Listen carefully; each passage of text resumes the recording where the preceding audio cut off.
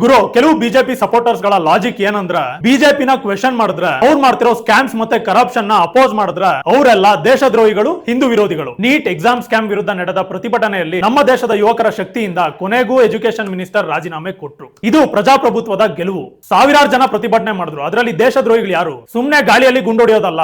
Logic ಇಲ್ಲದೆ ಮಾತಾಡಬೇಡಿ. ನಿಮ್ಮ ಹತ್ರ ನಿಜವಾಗ್ಲೂ ಮಾಹಿತಿ ಇದ್ರೆ CBI, intelligence bureau, cyber crime ಅಥವಾ ಸಂಬಂಧಪಟ್ಟ ತನಿಖಾ ಸಂಸ್ಥೆಗಳಿಗೆ ದೂರು ಕೊಡಿ. ತನಿಖಾ ಸಂಸ್ಥೆಗಳಿಗಿಂತ ಮುಂಚೆನೆ ಮನೇಲಿ ಕೂತಿರೋ ನಿಮಗೆ ದೇಶದ್ರೋಹಿಗಳು ಯಾರು ಅಂತ ಮಾಹಿತಿ ಸಿಕ್ಕಿದೆ ಅಂತ ಅನ್ಕೊಳ್ಳೋಣ. ಪ್ರೂಫ್ ಸಮೇತ ಸರ್ಕಾರಕ್ಕೆ ಮಾಹಿತಿ ಕೊಡಿ. ಕಾನೂನು ಪ್ರಕಾರ ಅರೆಸ್ಟ್ ಮಾಡ್ಲಿ. ನಾವು ಕೂಡ ಇದಕ್ಕೆ ಸಪೋರ್ಟ್ ಮಾಡ್ತೀವಿ. ಬಿಜೆಪಿ, ಕಾಂಗ್ರೆಸ್ ಯಾವುದೇ ಪಕ್ಷ ಆಗಿರ್ಲಿ, ಅದು ಚುನಾವಣೆವರೆಗೂ ಮಾತ್ರ. ಸರ್ಕಾರ ರಚನೆ ಆದ್ಮೇಲೆ ಅದು ಬಿಜೆಪಿ ಕಾಂಗ್ರೆಸ್ ಗೌರ್ಮೆಂಟ್ ಅಲ್ಲ. ಅದು Indian government, central government, state government. ಅದು ಪ್ರತಿಯೊಬ್ಬ ನಾಗರಿಕನ ಸರ್ಕಾರ. ಸರ್ಕಾರಕ್ಕೆ ಪ್ರಶ್ನೆ ಮಾಡಿದ್ರೆ ಕರಪ್ಷನ್ ಅಥವಾ ಎಥನಾಲ್ ಅಂತ ಕಿತ್ತೋದ್ ಪಾಲಿಸಿ ವಿರುದ್ಧ ಪ್ರತಿಭಟನೆ ಮಾಡಿದವರೆಲ್ಲ ದೇಶದ್ರೋಹಿಗಳಾಗಲ್ಲ. ಕರ್ನಾಟಕದಲ್ಲಿ ಕೂಡ ಅಷ್ಟೇ 545 PSI scam, KPSC scam BJP ಇದ್ದಾಗ್ಲೂ ಆಗಿದೆ, ಕಾಂಗ್ರೆಸ್ ಇದ್ದಾಗ್ಲೂ ನಡೀತಾ ಇದೆ. ಅದ್ರ ವಿರುದ್ಧ ಪ್ರಶ್ನೆ ಮಾಡಬೇಕು, ಪ್ರತಿಭಟನೆ ಮಾಡಬೇಕು. ಆದರೆ ಸರ್ಕಾರನ ಪ್ರಶ್ನೆ ಮಾಡಬಾರ್ದು ಅಂತ ಪ್ರಶ್ನೆ ಮಾಡಿದ್ರೆ, ಪ್ರತಿಭಟನೆ ಮಾಡಿದ್ರೆ ಅವರೆಲ್ಲ ದೇಶದ್ರೋಹಿಗಳು ಅಂತ ಕೆಲವರು ಪ್ರೊಜೆಕ್ಟ್ ಮಾಡೋದಕ್ಕೆ ಟ್ರೈ ಮಾಡ್ತಾ ಇದ್ದಾರೆ. ಪ್ರಜಾಪ್ರಭುತ್ವಕ್ಕೆ ಇಂಥವರು ತುಂಬಾ ಅಪಾಯಕಾರಿ. ನಾನು ಹೇಳಿ ಸರಿ ಅನ್ಸಿದ್ರೆ ಈ ಅಕೌಂಟ್ ನ ಫಾಲೋ ಮಾಡ್ಕೊಳ್ಳಿ. ಮುಂದಿನ ದಿನಗಳಲ್ಲಿ ಇನ್ನು ಬೇರೆ ಬೇರೆ ವಿಚಾರಗಳ ಬಗ್ಗೆ ಮಾತಾಡೋಣ. ಜೈ ಹಿಂದ್, ಜೈ ಕರ್ನಾಟಕ ಮಾತೆ.